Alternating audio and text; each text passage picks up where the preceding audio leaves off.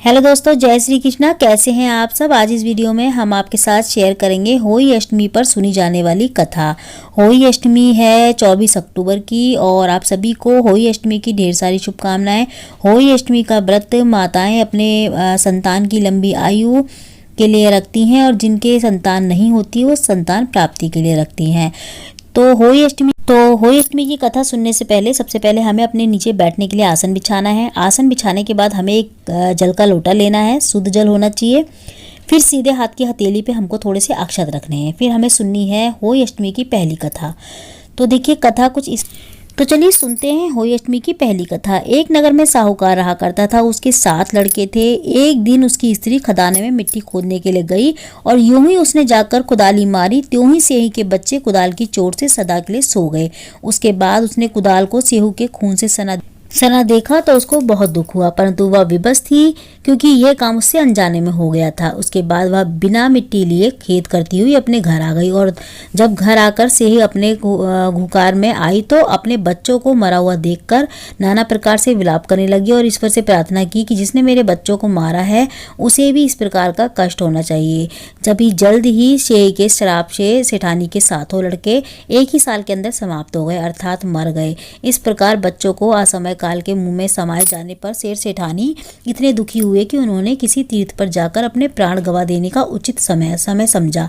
इसके बाद वे घर छोड़कर पैदल ही किसी तीर्थ की ओर चल पड़े और खाने की ओर कोई ध्यान न देकर जब तक उनमें कुछ शक्ति थी तब तक वह चलते रहे, बिना किसी का सहारा लिए चलते ही रहे और वे बहुत ही जल्द बहुत कमजोर हो गए और अंत में मोक्षित होकर गिर पड़े। उनकी ये दशा देखकर भगवान करुणा सागर ने उनको मृत्यु से बचाने के लिए उनके पापों का अंत किया और तभी इसी अवसर में आकाशवाणी हुई कि हे सेठ, तेरी सेठानी ने मिट्टी खोदते समय ध्यान न देकर सही के बच्चों को मार दिया, जिसके कारण तुम्हें अपने बच्चों का दुख देखना पड़ा। यदि अब पुण्य घर जाकर तुम मन लगाकर गौ की सेवा करोगे और होली अष्टमी का व्रत विधि विधान से आरंभ कर प्राणियों पर दया रखते हुए सपने में भी किसी को कष्ट नहीं दोगे तो तुम्हें भगवान की कृपा से पुण्य संतान का सुख प्राप्त होगा। इस प्रकार आकाशवाणी सुनकर सेठ सेठानी कुछ होश में आए और भगवती देवी का स्मरण करते हुए घर चले गए।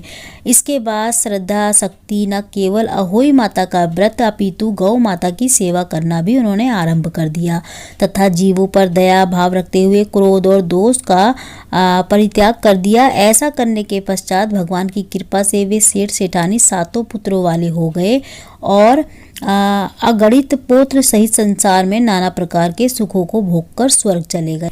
तो ये हो गई हमारी अहोई अष्टमी की पहली कथा। अब हमने कथा सुन ली, इसके बाद थोड़े से अक्षत लेके हम हाथ में से थोड़े जल के लोटे में डालेंगे, फिर दूसरी कथा सुनेंगे। तो हम सुनेंगे अब अहोई अष्टमी की दूसरी कथा। एक साहूकार था जिसके 7 बेटे थे और 7 बहुएं थी और एक बेटी थी।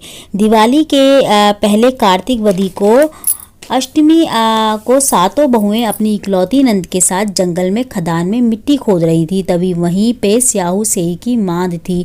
मिट्टी खोदते समय नंद के हाथ से सेई का बच्चा मर गया। स्याहू माता बोली कि अब मैं तेरी कोख बांधूंगी क्योंकि तूने मेरा बच्चा मारा है। तभी नंद अपनी भाभियों से बोली कि भाभी मेरे बदले तुम अपनी कोख बंधवा लो। तभी छोटी भाभी बोली अगर मैंने मना कर दिया अपनी कोख बंधवाने से, तो इनकार कर दिया तो सासू माँ गुस्सा होगी। ऐसा सोचते हुए छोटी भाभी ने अपनी कोख जो है ना बंधवा ली अपनी नंद के बदले। इसके बाद जब भी वो उसे लड़का होता तो 7 दिन के अंदर वो मर जाता। एक दिन उसने पंडित जी को बुलाकर पूछा मेरी संतान 7वें दिन क्यों मर जाती है। तब पंडित जी ने कहा कि तुम सुराही गाय की पूजा करो। सुराही गाय स्याऊ माता की भायली है, वह तेरी कोख छोड़ देगी, तब तेरा बच्चा जिएगा। उसके बाद तेरा बच्चा जिएगा। वह सुबह तड़के उठती और चुपचाप सुराही गाय के नीचे सफाई आदि कर जाती। तो एक दिन गौ माता बोली आजकल कौन मेरी सेवा कर रहा है, सो आज जल्दी उठ के तड़के देखूंगी।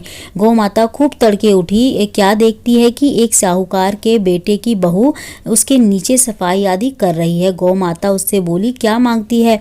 तब साहूकार की बहू बोली कि स्याहू माता तुम्हारी भाईली है और उसने मेरी कोख बांध रखी है, सो मेरी कोख खुलवा दो। गौ माता ने कहा कि अच्छा। अब तो गौ माता समुद्र पार अपनी भाईली के पास उसको लेकर चली। रास्ते में कड़ी धूप थी, सो वे दोनों एक पेड़ के नीचे बैठ गईं। थोड़ी देर में एक सांप आया और उसी पेड़ पर गरुड़ पंखनी पक्षी का एक बच्चा भी था। तभी सांप उस गरुड़ पंखनी के बच्चे को डसने लगा। तब साहूकार की बहू ने सांप को मार दिया, डाल के नीचे दबा दिया और बच्चों को बचा लिया। थोड़ी देर में गरुड़ पंखनी आई तो वह खून पड़ा देखकर साहूकार की बहू के चोंच मारने लगी।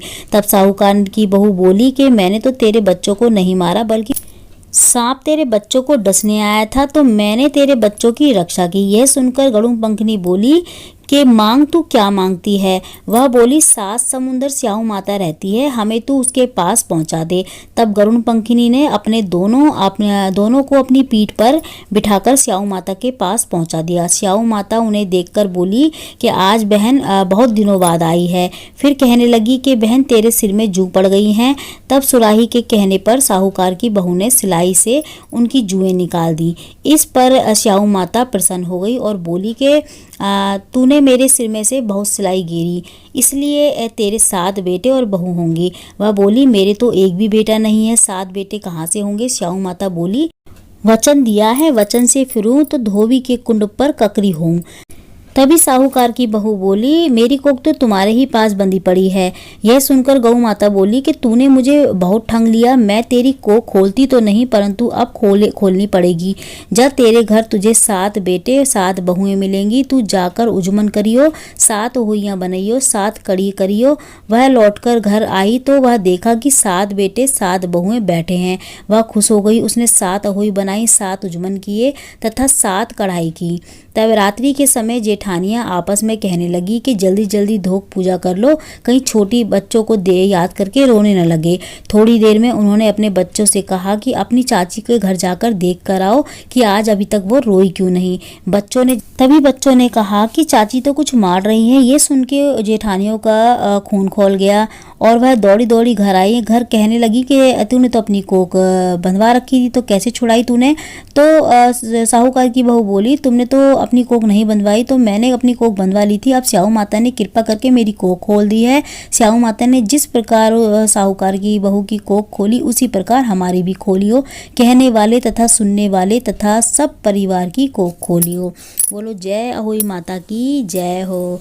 तो ये थी अहोई माता की दूसरी कथा। तो थोड़े से अक्षत लेके फिर से हम कलश में डालेंगे और उस कलश के जल को उसके बाद हम सूरज को अर्घ दे के आ जाएंगे। तो आज के लिए इतना ही। जय माता दी।